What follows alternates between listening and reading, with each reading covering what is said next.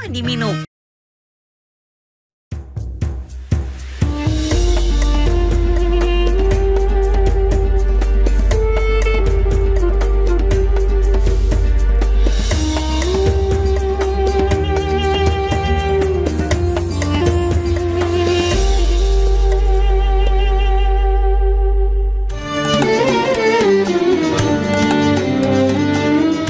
Harta yang seharusnya jadi berkah seringkali malah jadi sumber perpecahan.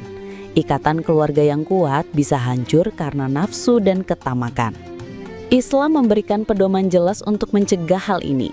Ajaran Islam menekankan pondasi hidup adalah takwa kepada Allah. Menjaga silaturahmi adalah kewajiban utama, bahkan di atas urusan harta.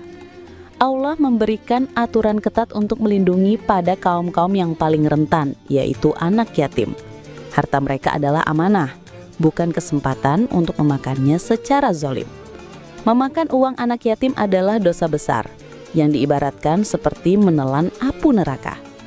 Begitu pula dengan warisan. Islam mengatur pembagiannya secara adil untuk laki-laki dan perempuan, memastikan tidak ada yang dizolimi. Tujuannya adalah agar harta menjadi alat untuk menguatkan, bukan memutus hubungan keluarga. Pada akhirnya, harta hanyalah titipan dan ujian. Jangan biarkan titipan itu merusak iman kita dan memutuskan tali persaudaraan. Gunakan harta untuk kebaikan agar ia menjadi berkah di dunia dan pahala di akhirat. Lalu bagaimana mengelola harta menurut ajaran Islam?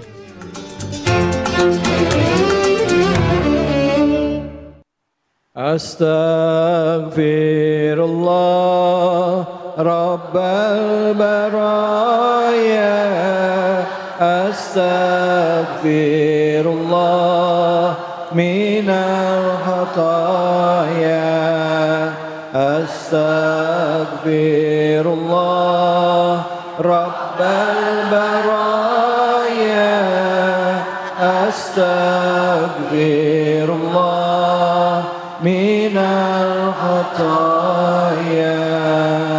A'udzubillahi minasyaitonirrajim. Bismillahirrahmanirrahim. Assalamualaikum warahmatullahi wabarakatuh. Waalaikumsalam warahmatullahi wabarakatuh. Bu. Ya. Sehat? Alhamdulillah. Pak. Ya. Sehat? Alhamdulillah. Alhamdulillah, puja dan puji kita panjatkan atas kehadirat Allah Subhanahu wa Ta'ala. Tidak lupa kita berikan salawat dan salam kita kepada junjungan kita manusia yang mulia, Nabi besar Muhammad Sallallahu Alaihi Wasallam, beserta keluarga, sahabat, dan umatnya yang setia hingga akhir zaman. Alhamdulillah hari ini kita kembali lagi dipertemukan ya dalam program kesayangan kita, yaitu Cahaya Hati Indonesia. Bu. Ya. Pak, ada nggak orang yang pernah kita lihat berantem sampai putus hubungan kekeluargaan gara-gara warisan? Mana orangnya? Gara-gara harta warisan yang tadinya adik kakak hubungannya baik jadi nggak baik-baik. Ada yang begitu ada? Mana orangnya?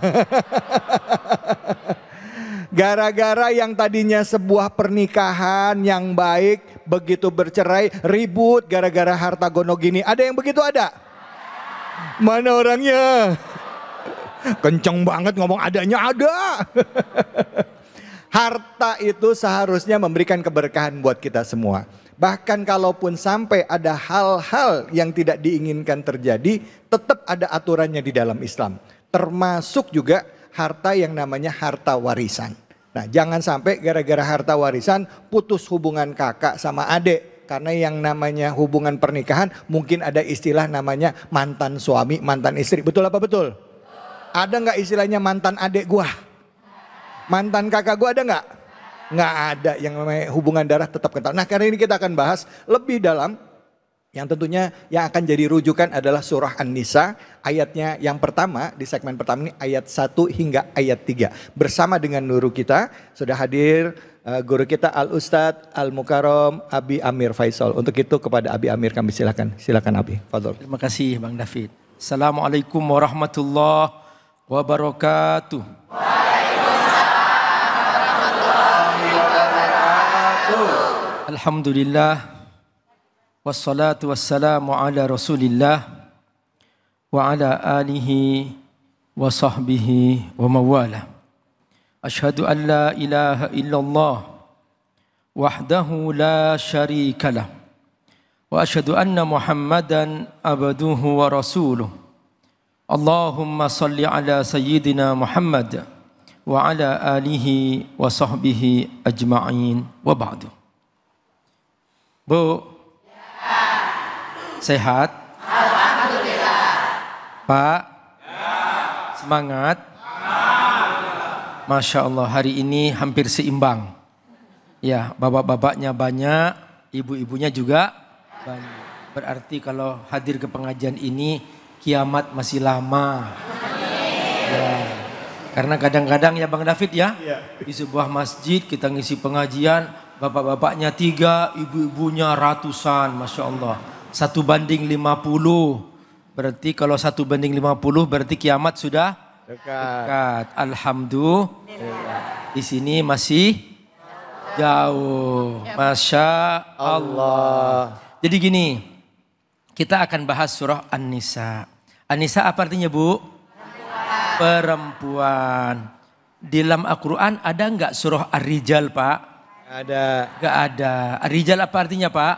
Laki-laki. Laki-laki. Iya. Kenapa kok An-Nisa? Karena kaum perempuan adalah titipan Allah bagi kaum laki-laki. Laki-laki adalah pemimpin. Ar-rijal qawwamun 'alan nisa. Maka laki-laki nggak perlu diangkat-angkat karena sudah punya derajat sendiri. Tapi kalau perempuan harus dijaga, ya Bu? Ya. Dilindungi, betul? Ya, jangan sampai kurang belanjaannya. Betul Bu? Betul. Pak, betul. Ya, Masya Allah. Nah, surah An-Nisa secara keseluruhan membahas tentang kewajiban kita berbuat adil. Dan adil itu dikatakan adil kalau berpihak kepada yang lemah. Kaum perempuan adalah titipan Allah, makhluk khusus karena dia punya kelemahan yang kalau dibanding laki-laki dia tidak sekuat laki-laki. Namun dari segi perasaan, dari segi ketangguhan, kaum perempuan lebih tangguh. Namun dari segi kemampuan, akal memang lebih diberikan kepada laki-laki. Karena itu dalam Islam, kaum perempuan tidak diberi tanggung jawab mencari nafkah.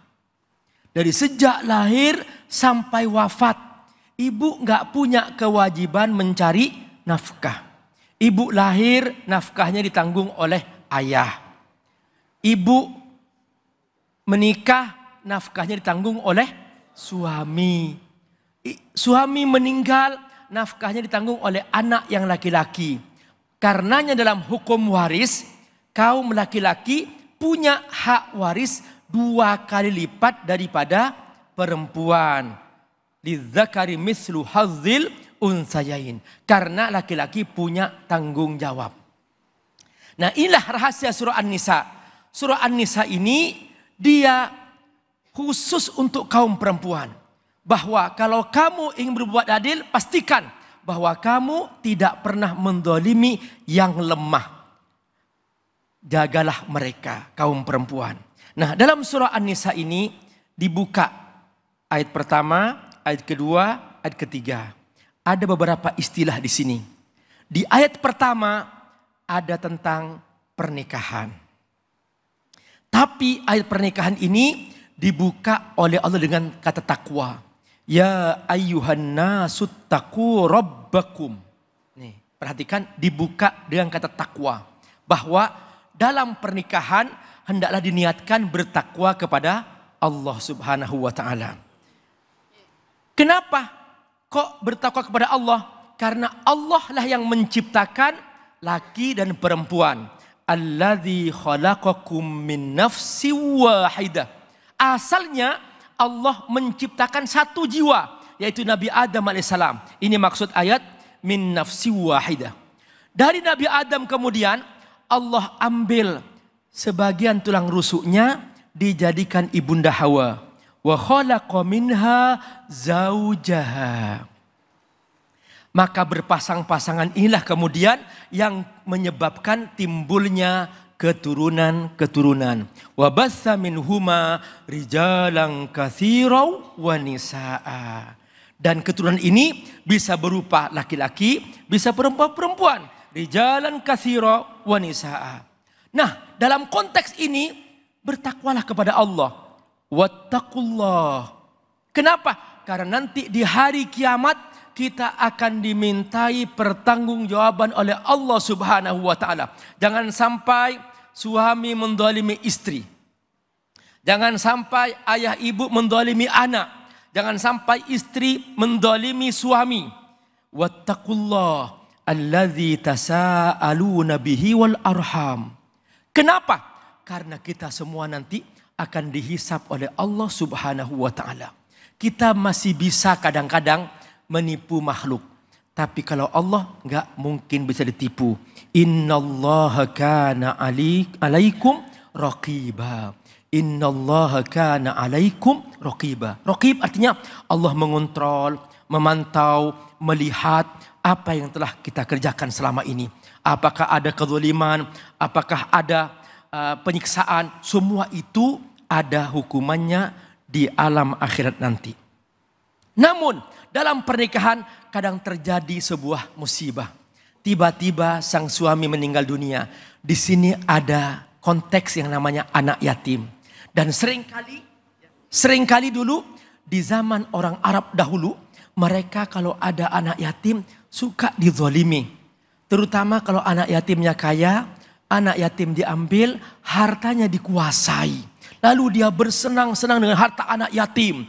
Setelah itu kadang-kadang dia suka menikahi anak yatim tidak diberi mahar. Makanya khusus untuk anak yatim Allah beri peringatan. Wa atul yatama amwalahum. Kata Allah, ingat, harta anak yatim jangan kamu kuasai. Berikan kepada mereka. Yatim ini Bu, Pak, yatim dikatakan yatim selama belum baligh. Kalau sudah baligh, dia bukan yatim lagi. Tahta sinil bulu, begitu tafsirnya. Nah, makanya mereka selama belum baligh, berikan harta mereka. Wala tatabaddul khabitha bit-thayyib. Dulu kebiasaan orang Arab, kalau punya anak yatim, yang baik-baik diambil, yang buruk-buruk dikasih ke anak yatimnya. Yang baik dikatakan at-thayyib, yang buruk dikatakan al-khabith. Kata Allah, wala tatabaddul khabitha bit-thayyib. Jangan kamu tukar. Kamu ambil yang baik, kamu kasih ke anak yatim yang buruk. Lalu kemudian ada juga orang Arab dulu, mereka mencampur aduk yang enak-enak dimakan untuk yang menanggung anak yatim. Tapi anak yatim dikasih yang buruk-buruk. Wala ta'kulu amwalahum ila amwalikum. Jangan kau campur aduk.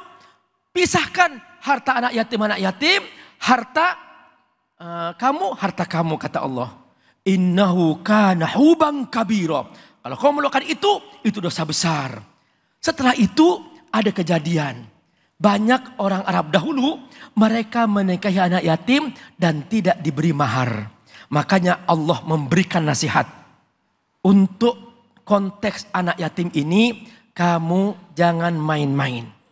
Memang Allah Subhanahu wa Ta'ala memberikan peringatan di sini bahwa wa in khiftum alla tuqsitu fil yatama fankihu ma tabalakum minan nisa'i masna wa thulatha wa ruba. Kata Allah, kalau kamu ingin berbuat adil, kamu tidak takut zalim, silahkan kau menikahi dengan mereka. Anak yatim silahkan, tapi jangan dizalimi. Tapi kalau kamu mau berbuat zalim, jangan coba-coba menikahi mereka. Silahkan kamu menikahi yang lain saja. Dari perempuan yang lain saja. Terserah mau 2, 3, 4. Tapi kata Allah, ingat judul utama surah An-Nisa tentang berbuat adil. Makanya ayat tentang poligami ada hubungannya dengan masalah berbuat adil. Fa in khiftum alla ta'dilu fawahidah. Kalau kamu tidak mampu berbuat adil, jangan menikah banyak, cukup satu saja kata Allah. Au ma malakat aimanukum, atau kamu cukup satu dari hamba sahaya kamu yang kamu punya. Dzalika adna alla ta'ulu. Itu cara supaya kamu tidak berbuat dolim. Jadi intinya, Pak, halo, Pak, jangan yang diingat poligaminya. Yang dipikir poligaminya melulu. Ingat adilnya bisa enggak? Kalau tidak bisa berbuat adil. Dan kalau dengan poligami akan berbuat zalim, jangan coba-coba poligami. Kok di sini yang nyaring? Bapak? Oh, diem aja. Masya Allah. Semoga Allah berkahi. Baik, alhamdulillah. Terima kasih banyak Ibu. Pak. Begitu masuk ayat ketiga, ibu-ibu langsung lihat ini ngomongnya apa nih Abi nih. Jadi konteksnya tadi adalah bicara mengenai ya berbuat adil ya. Bahkan tidak boleh kita mengambil harta anak yatim ya. Saking khawatir ini, saking tingginya kehati-hatian. Jangan sampai, tapi kalau kamu memang mau nikahin ya, kamu nggak sanggup berlaku adil kata Allah, cukup satu aja gitu ya Bu. Bu. Senyum dia kok cukup satu aja gitu dong ngomongnya. Yang mau nanya siapa nih, angkat tangannya silakan. Oke silakan Ibu. Ya mana? Ya. Assalamualaikum warahmatullahi wabarakatuh. Waalaikumsalam warahmatullahi wabarakatuh. Izin nanya Ustadz, perkenalkan nama saya Dewi Solifah dari Majlis Taklim Al-Ummahat Harapan Indah. Ya silakan Ibu. Apakah anak sambung berhak menerima harta waris Ustadz? Sekian pertanyaan saya, atas pencerahannya. Terima kasih. Assalamualaikum warahmatullahi wabarakatuh. Waalaikumsalam. Bu, maaf, anak sambungnya dari mana? Dari ibu apa dari suami? Dari ibu dan dari ibu pastinya. Dari istri ya maksudnya? Ya. Si istri sebelumnya udah bawa anak ya. Terus kalau si suaminya yang baru ini meninggal, anak sambungnya dapat hak waris nggak dari suami yang baru gitu ya Bu ya? Ya. Ya baik gitu. Silakan Abi Fadl. Ya, menarik sekali. Mengapa dalam surah An-Nisa dimulai pembicaraan tentang pernikahan, keluarga.